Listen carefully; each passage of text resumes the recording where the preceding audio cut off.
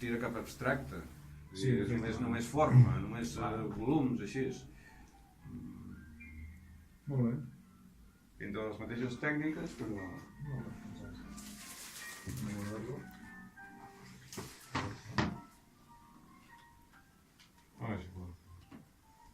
Això sí, protegir-ho de la pols, perquè és l'enemic.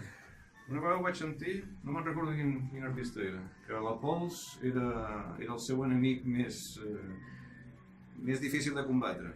Perquè sí, s'hi va posant a tot arreu i... Bueno, aquí és el primero abans d'embarcar, no?